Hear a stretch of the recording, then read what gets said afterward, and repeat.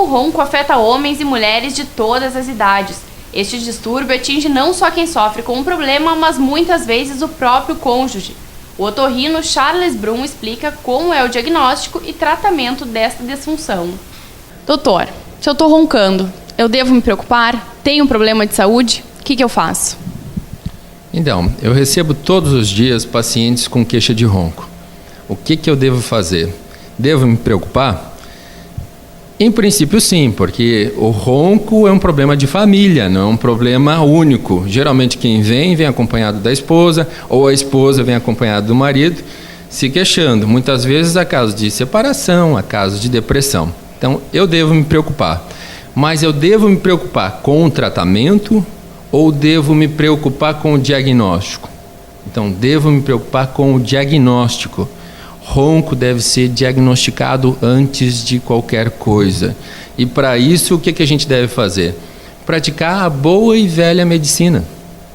O diagnóstico do ronco começa no consultório médico. Então, não deve acontecer o que muitas vezes a gente vê no consultório, um paciente com a polissonografia e no final dessa nossa conversa eu vou falar o que é polissonografia, pode ficar tranquila.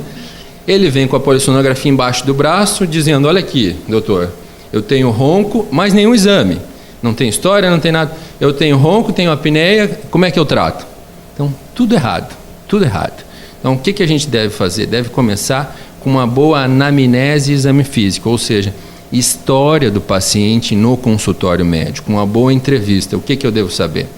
Eu devo saber se ele tem sonolência diurna, se ele usa alguma medicação, se ele já esteve internado em hospital, se ele tem alguma doença crônica, se ele tem hipertensão, diabetes, doença pulmonar obstrutiva crônica, se ele usa alguma medicação, usa remédio para dormir, usa remédio cronicamente, usa há pouco tempo, que tipo de remédio que ele usa. O que é isso que eu estou falando?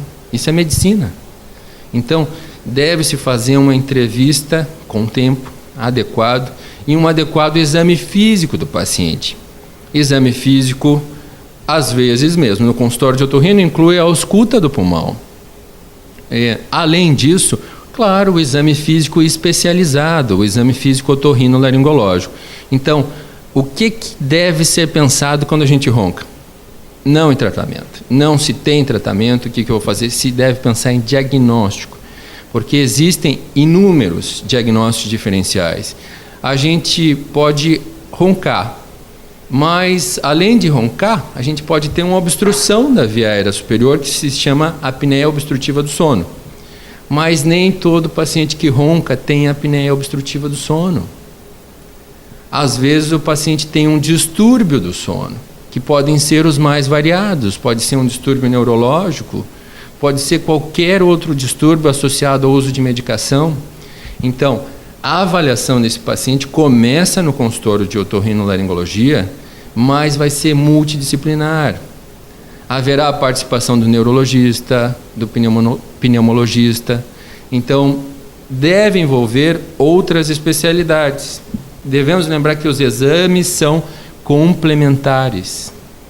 Ou seja, eu vejo o paciente, eu faço uma hipótese diagnóstica e depois eu peço um exame complementar ou para quantificar ou para pensar no tratamento.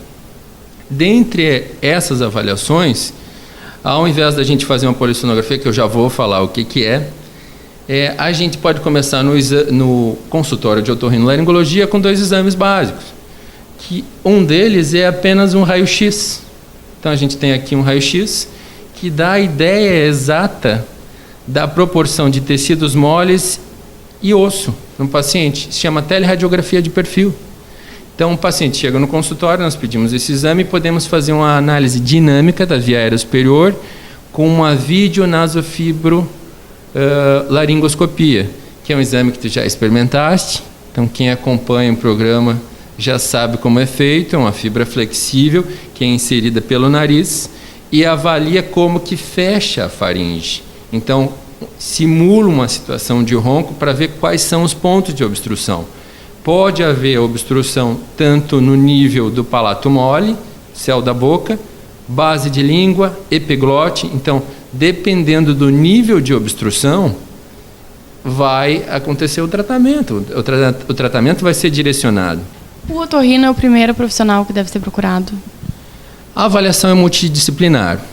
Então, independentemente de começar pelo consultório do otorrinolaringologista, do pneumologista ou do neurologista, no consultório de otorrino, essas avaliações de via aérea superior, avaliação estática e dinâmica, deverão ser feitas antes de se executar um exame de polissonografia. O que é a polissonografia, então? A polissonografia é um exame que pode se fazer em casa ou em uma clínica, onde o paciente vai ficar monitorizado com vários padrões de monitorização. Mas o que é importante na polissonografia? É fazer a polissonografia ou saber interpretar? Saber interpretar. Então, eu fiquei 1 ano em São Paulo, fazendo um curso em São Paulo, para saber interpretar a polissonografia.